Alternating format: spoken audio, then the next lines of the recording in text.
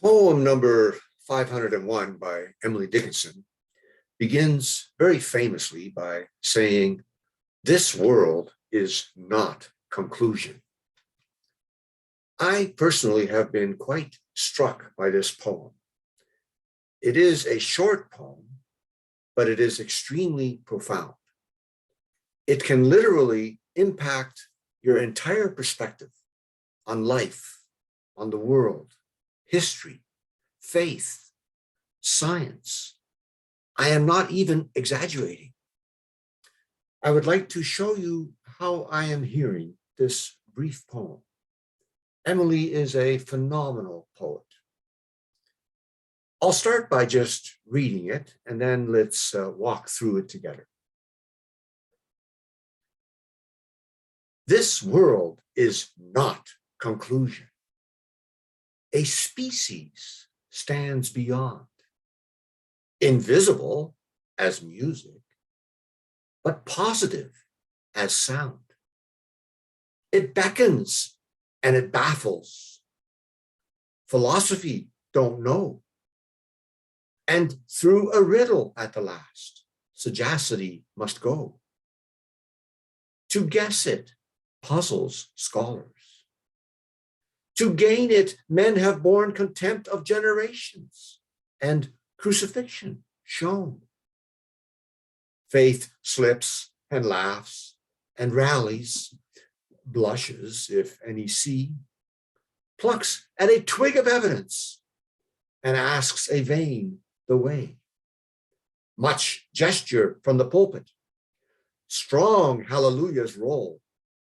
Narcotics cannot still the tooth that nibbles at the soul.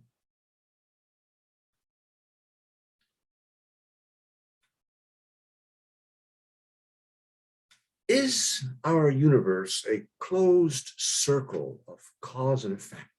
Are we hemmed in by the laws of physics so that there really is no something more above and beyond? Should we be doubtful about transcendence, miracles, deity, an overarching narrative of supernatural meaning? This is the issue, really, which Dickinson is tackling when she blurts out in 5 short words, "This world is not conclusion." A justifiably famous poem. To start like that, wow.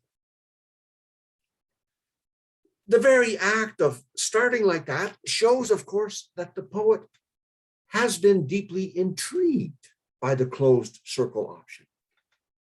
Like all of us, I imagine. We all feel the power of the incredibly scientific approach to life. Science has overwhelmed us with its aura and its success.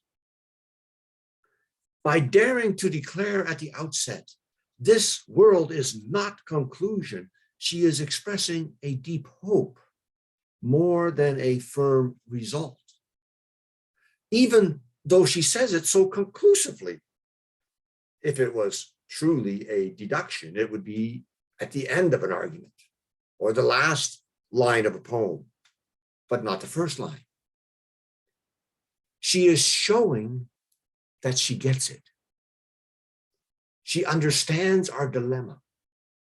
By bursting out of the gate with this, insisting the matter has not been settled, our totality is not a trap, this world is not a done deal, she is just trying to tell the reader, and perhaps herself too, that we need to leave the door ajar for realities more profound than can be revealed by crude empiricism or any naively literalistic views of science. There is a crack in everything. That's how the light gets in, sings Leonard Cohen. By announcing her opening salvo in such an intriguing manner, Emily signals that she actually does not intend to sound doctrinaire. She is merely trying to push against what feels ominously possible, namely that this world is a completely closed circle of cause and effect.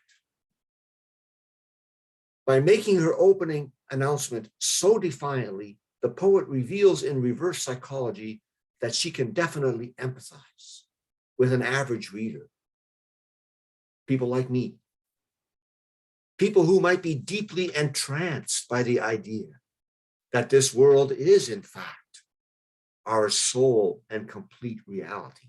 She gets that. Scientific naturalism is alive and well for understandable reasons. But instead, insists Emily, a species stands beyond. Again, this supreme poet employs original language. Maybe it calls to mind Darwin's famous On the Origin of Species, published in her time. We don't know. Certainly, Darwin's book has done a lot to nail down the feeling that this world is understandable in simply natural ways, that this world is locked in upon itself, that there is no, so to speak, captain out there steering the ship. For Darwin, all the species down here are just interacting with the random laws of nature. In any case, Emily's word choice now does not refer to God, angels, metaphysical foundations, miracles, transcendent principalities or powers, other terms that could signal a something more beyond this realm of nature we are in. Instead, she creatively says, species. A species lies beyond. Species could be anything. What is she referring to, actually? Her vocabulary is intensely unique here within the history of all these religious and philosophical debates. But there is certainly a long tradition in human thought which suggests that something exists beyond the realities we know down here, in this limited realm of facts, proof, stuff. The same poetic audacity which asserts this world is not a settled business is bold enough to also proclaim the profound hope that a species stands beyond. What can one say about this alleged species? First of all, she concedes it is definitely invisible. Everyone else has also always admitted the invisibility throughout history. No one has ever seen God, said even Jesus one time. But Emily characterizes this invisibility as being perhaps lyrical. There are many things which are invisible, she reminds us, and yet people still believe in such invisible things. Events like music. This species which stands beyond, she writes, might be invisible like music, but still positive like sound. So maybe this species which stands beyond is composed of a different kind of reality than what we find in our local, deterministic, and limited reality of hypotheses, experiments, confirmations, logical deductions, all the cause and effect dynamics. The scientific revolution is often popularized as seeing is believing. People demand evidence. But music or something else of that nature is not necessarily found in a chemistry lab. It is another order of reality, perhaps. The species beyond might be another order of reality altogether. It beckons and it baffles, she says. This species from beyond, it beckons and it baffles. Mysticism has often made that claim. Mystics are intrigued by the mysteries of life. They feel attracted to the mysteries. At the same time, they always also ponder the obscurities of these mysteries. These mysteries beckon and they baffle. Even the atheist Richard Dawkins one time said a quasi-mystical response to nature and the universe is common among scientists and rationalists. The species which stands beyond plays hide and go seek, according to Emily. It is elusive to its core while still being inviting. Think of the famous burning bush for Moses. Moses is walking down the path. He sees a burning bush, which does not burn up. He does not have to go closer to the burning bush. It's off to the side. But it beckons and it baffles. God is supposedly in the burning bush. A voice allegedly speaks to him there. But forget mysticism for a moment. What about philosophy? Can philosophy, the whole history of philosophy, help us in all these problems? Philosophy does not truly know anything about this hidden realm of this alternative species, claims Emily.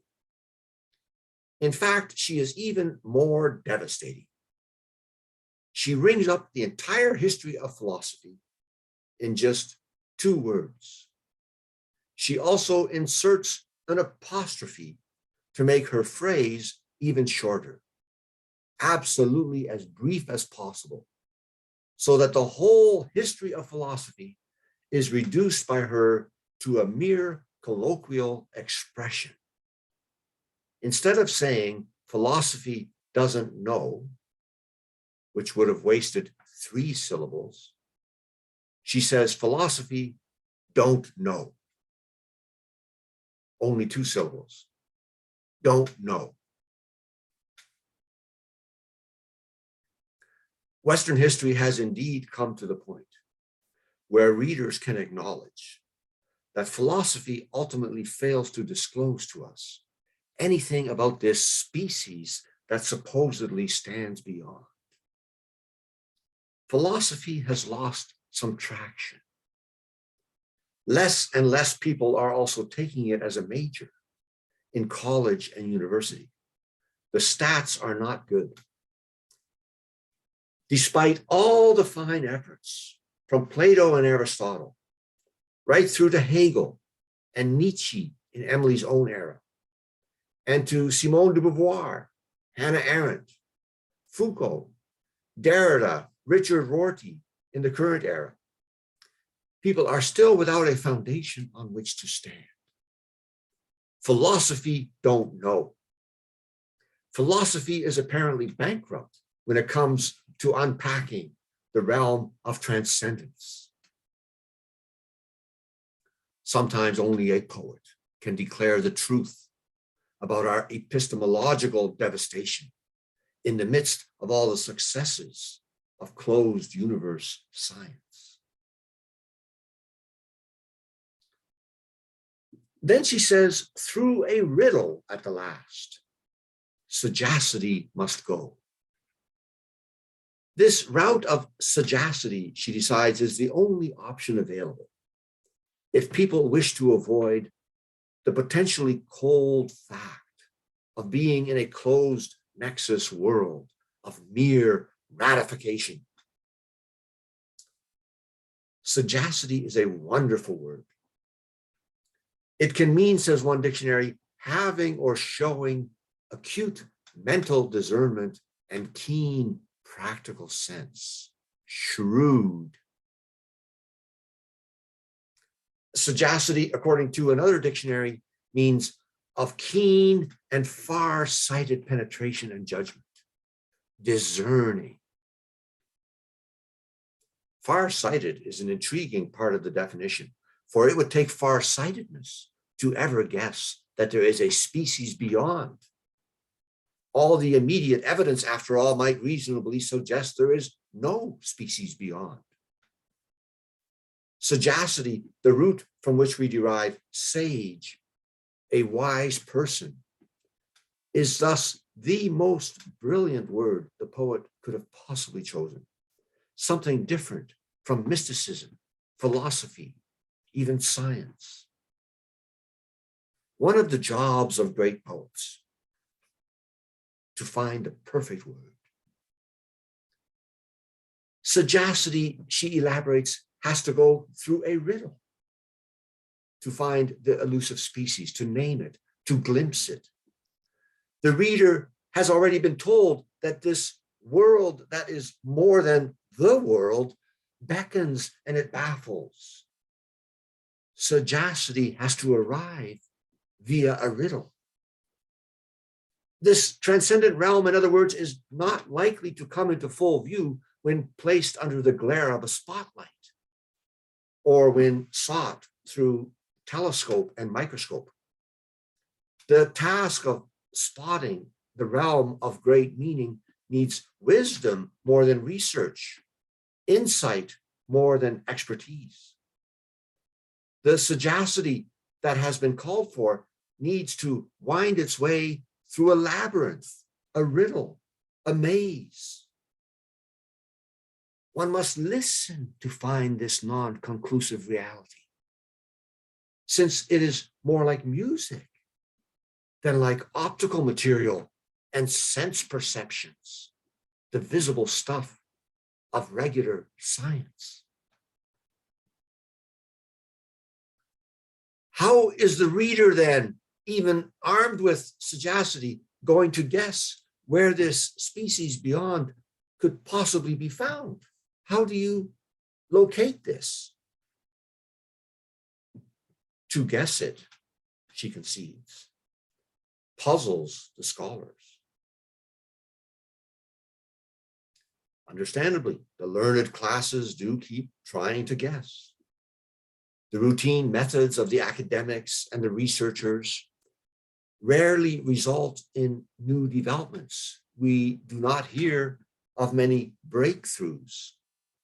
The whole exercise is puzzling. Footnotes never appear convincing. The scholars are puzzled, she says. Isn't that a great way to sum up scholars?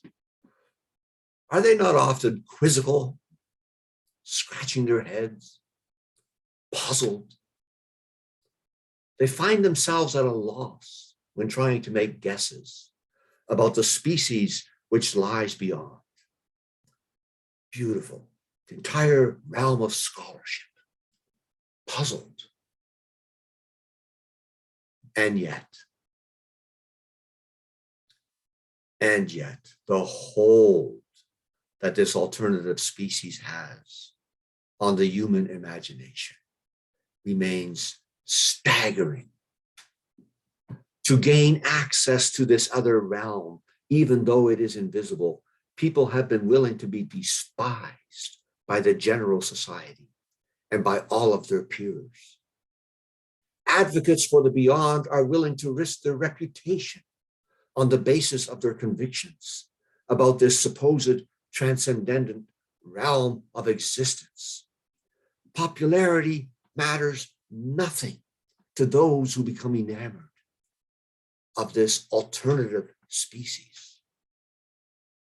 There would be many examples, from Socrates to Bruno, to Julian of Norwich, to Wycliffe, to Joan of Arc, to Luther, to the Prophet Muhammad. People will do almost anything to gain this elusive connection to something which beckons and baffles simultaneously, always with the promise that it will demonstrate to human satisfaction that this world is indeed not able to be summarized as only a mere conclusion. No, I do not want this world to be only a conclusion. There must be more, something else, a reality beyond. Many great individuals, reminds the poet, have borne the contempt of generations on behalf of this venerable cause, this goal of believing in something deeply meaningful, even if it cannot be seen. They have also shown, she says, crucifixion. Although this might make some readers think of Jesus of Nazareth, her entire poem would suggest that the reader should not limit their focus in this manner. Jesus is just one of many startling examples of people who were willing to bear the contempt of the masses, such that they even endured a horrible fate. And shown crucifixion is also a double entendre. It refers equally to those who show it, who demonstrate it by inflicting it. For Roman emperors can also be motivated by a great higher cause when punishing their victims. Showing crucifixion. Emily's cryptic allusiveness to Jesus is actually a poetical tour de force. Her readers will automatically make the Jesus connection because it is such a well-known trope. But for her, many others have suffered as well. People have been burned at the stake because of their unique ideas. They have been assassinated, executed, banished and ostracized, vilified, stoned to death. Many have paid the ultimate price for clinging to their prized beliefs, as well as devoted fantasies. With the shown crucifixion, the poet is only trying to emphasize that people have borne more than the contempt of their peers and even generations of peers, but they have also and often paid with their very lives. The longing to clarify the species beyond has been an obsession that has afflicted many an individual. And surely to the betterment of the human race, these surely are heroes, those who have tried to pin some details on the alternative species and who have ignored personal popularity while doing so. She does admire, it seems, these heroes of thought and imagination, the many heroes of the pursuit of transcendence who have indeed borne the contempt of generations. Okay, having established the courage of those who look for the alternative species, the poet now comes up with what may be one of the most compelling and wide-ranging definitions of faith ever to be found. I am so impressed with this definition. Faith, she says, slips and laughs and rallies, blushes, if any see, plucks at a twig of evidence and asks a vain the way. This is a friendly definition, first of all. She did reveal at the outset, remember, that she was not smitten with the increasingly common doctrine that this world is completely conclusive. She sounds, in this poem at least, like a poet who might like to have some faith if it were actually possible to have that with some integrity. She notices something quite unique in her very incredible definition. The fact that faith frequently includes laughter is not often noticed by most of its other critics. And Nietzsche, for example, said that religion is characterized by the fact that it never laughs, that it is too serious. But for those who know more about the experience, like this poet, faith definitely has its lighter side. Despite the crucifixions and the contempt of one's peers and so forth, all this serious business, faith does often smile. Faith is often free and relaxed enough to be amused. People forget that. Faith, she emphasizes, is also aware of its own slips. It realizes that it is often guessing. Like those scholars, faith is often guessing. It slips and laughs and rallies. Faith understands that sagacity is needed and that riddles abound. Faith is not always arrogant. It can sometimes have a sense of humble humor. In fact, faith blushes about its own incompetence. Faith can sense that it is ultimately a rather puny enterprise, groping in the dark after this species which beckons and baffles, but never decisively establishes that this world is more than what we observe. Faith slips and laughs and rallies, blushes if any see. Faith sometimes feels self-conscious about what must seem to outsiders, like the occasional pure foolishness. However, although Emily is kind to faith in this definition, she is also quite savage, even ruthless, especially about how faith works. Her whole definition taken together is absolutely staggering. Faith plucks at a twig of evidence, she remarks. How often has this not proven to be precisely the case? Give faith an inch and it will take a yard. It latches on to small surprises and declares them to be miracles. It finds a new scientific theory to be incredibly reaffirming of what has long been stated in its own scriptures. The Big Bang Theory proves the sudden creation story of Genesis 1. A scientist who mistakenly mixes up Neanderthal and humanoid bones proves that evolution is not true. Those who are not convinced by these maneuvers of faith often feel exactly like our critical poet here. They feel that faith is often grasping at straws. Those who are people of a particular faith can often see this clutching practice at work in other religions. It's harder to see it happening in their own religion. It is helpful when a poet simply states the case. Might we say, somewhat conclusively, faith plucks at a twig of evidence. She's ruthless, not ambivalent here.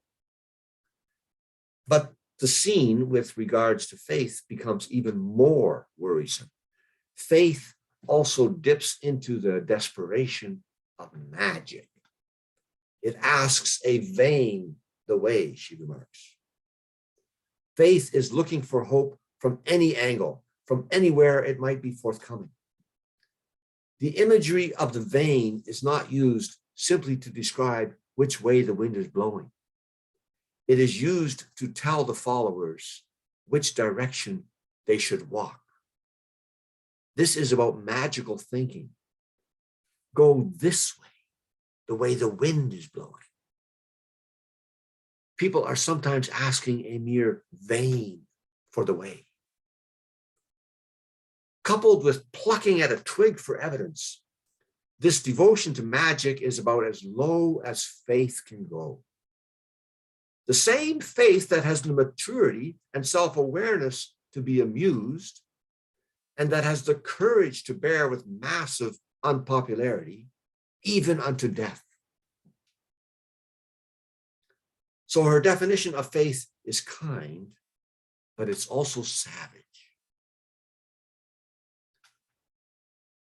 Having summed up the situation with respect to faith in general, the internal workings of our heart, as we long to find this alternative species, Emily next turns her gaze to institutional religion, organized religion, we might say, as compared to the internal reflections in our personal hearts.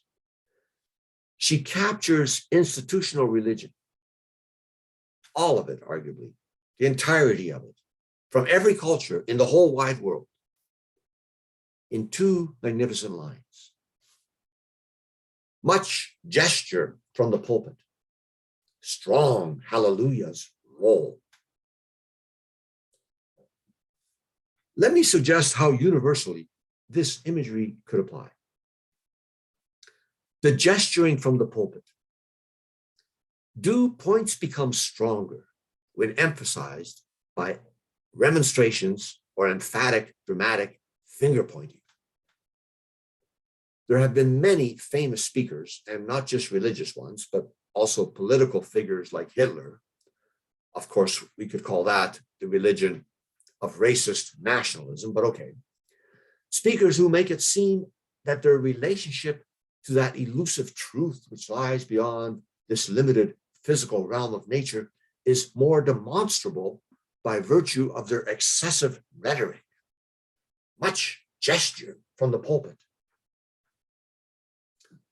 Charlie Chaplin was very satirical about Hitler's exaggerated gesticulations.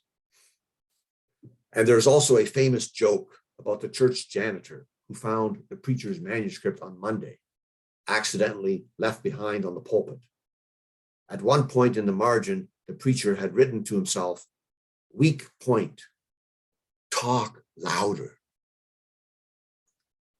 But this is just one side of the institutional equation, the leaders, the figureheads. And these institutional figures, by the way, are not actually the types of leaders who are willing to bear the contempt of generations or pay with their own lives for their supposedly unique and daring ideas.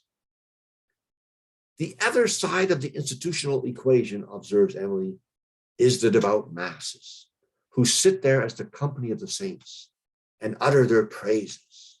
Strong hallelujahs roll. The overt gestures may come from the pulpit, but the dialectical reverberation comes from the masses. This is a perceptive description of institutional religion. Shouting, gesticulation, and wild singing. And it is a mutually reinforcing social dynamic. They're all in it together. The leaders and the masses are systemically dysfunctional. And these loud hallelujahs, by the way, are also clearly not a signal from the species which stands beyond, with its more sophisticated music, a music which beckons and it baffles. But the point, you could argue that these two sides of the coin, the leadership and the masses, captures the essence of institutional religion everywhere. All kinds of variations, in all kinds of different religions, all kinds of countries, much gesture from the pulpit. Strong hallelujahs roll. Karl Marx dismissed that entire scene of religion as, quote, the opium of the masses. One cannot be sure if this poet would agree with Karl Marx about this opium of the masses. Marx was another author who, like Darwin, was writing in Emily's lifetime. But after having lovingly and yet scathingly described both personal internal faith and its institutionalized variation, Emily now refers much more powerfully than Karl Marx ever did or ever could to narcotics. Narcotics would indicate now not just all those acts of religion, but could envelop also all those bold pioneers in history who thought they spotted something beyond this world. And we're willing to expound on it and to pursue it and to generate a following and to go down fighting. Narcotics, she says, cannot still the tooth that nibbles at the soul. This suggests of important note that the tooth is possibly real. Narcotics cannot still the tooth that nibbles at the soul. The tooth perhaps belongs to that species which lies beyond, which is beckoning and baffling. It is the great tooth in the sky which keeps nibbling at our souls. One could retort that it is nothing. There is no tooth. There is no species bearing its tooth. What interests Emily, however, is that narcotics cannot still the tooth. What is narcotics? Narcotics could include for her all that religious stuff, the gesticulations and the loud hallelujahs. But it could also include all the regular things that are normally classified under that term.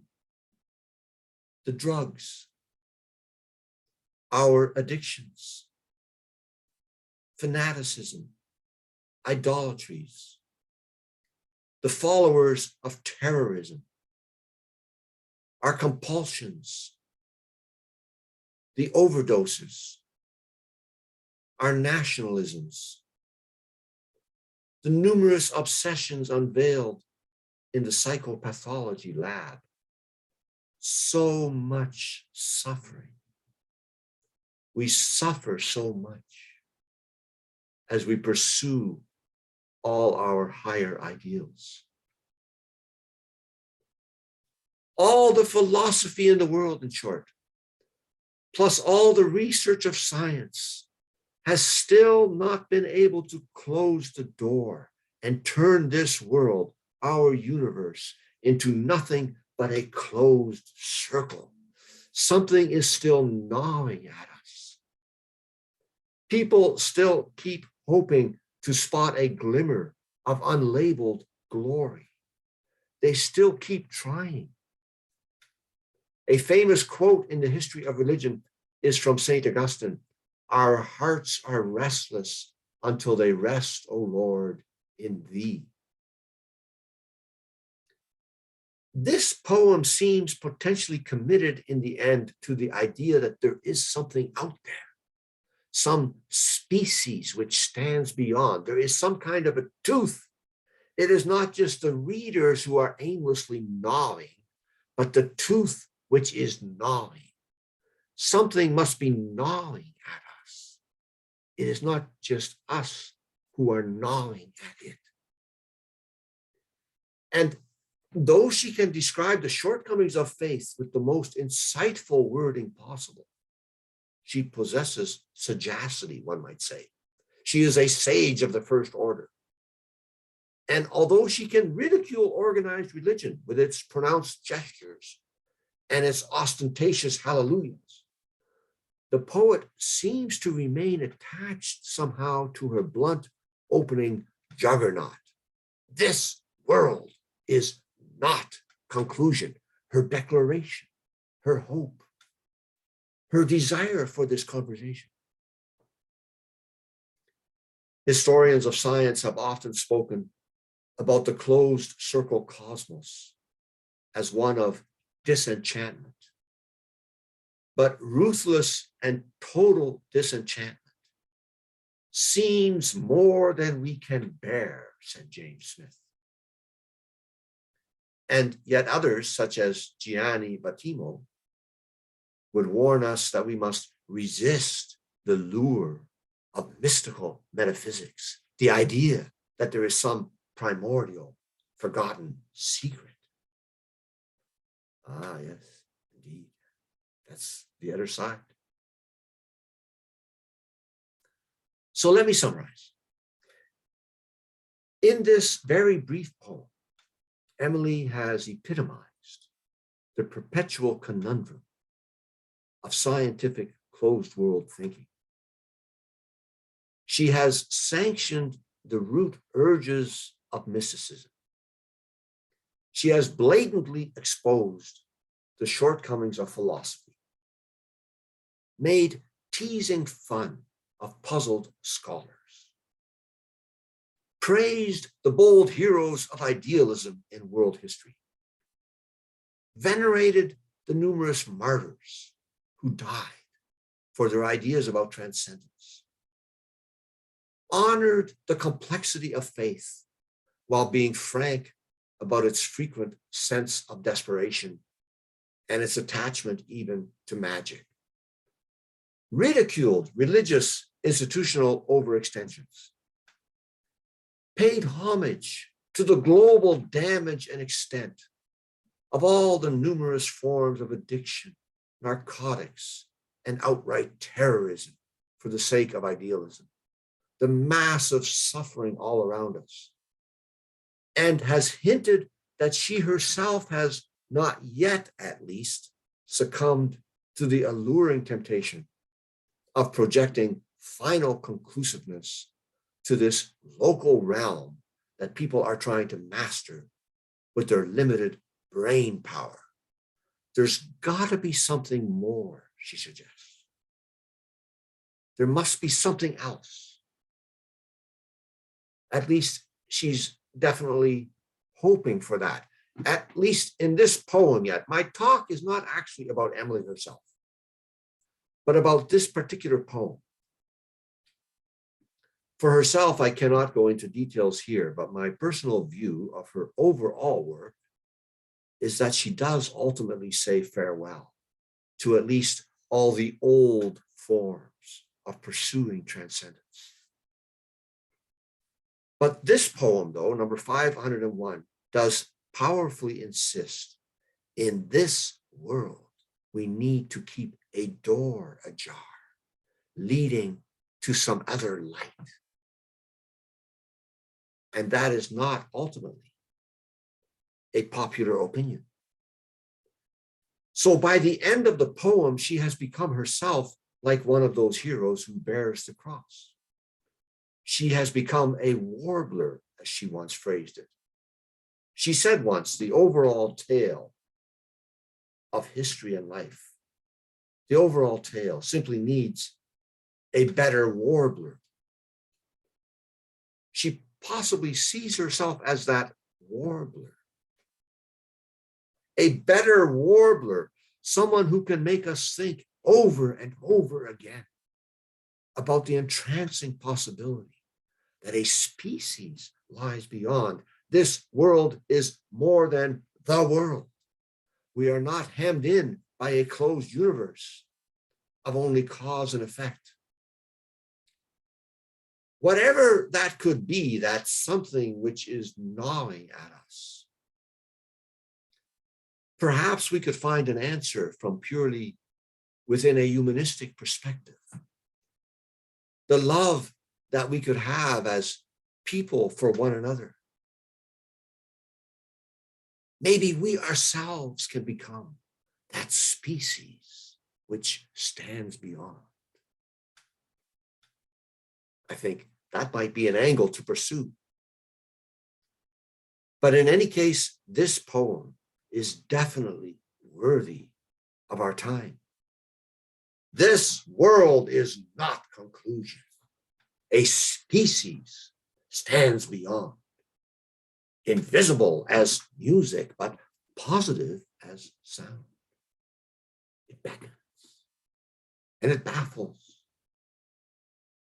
Philosophy don't know. And through a riddle at the last, sagacity must go. To guess it puzzles scholars. To gain it, men have borne contempt of generations and crucifixion shown. Faith slips and laughs and rallies, blushes, if any see, plucks at a twig of evidence, and asks a vain the way.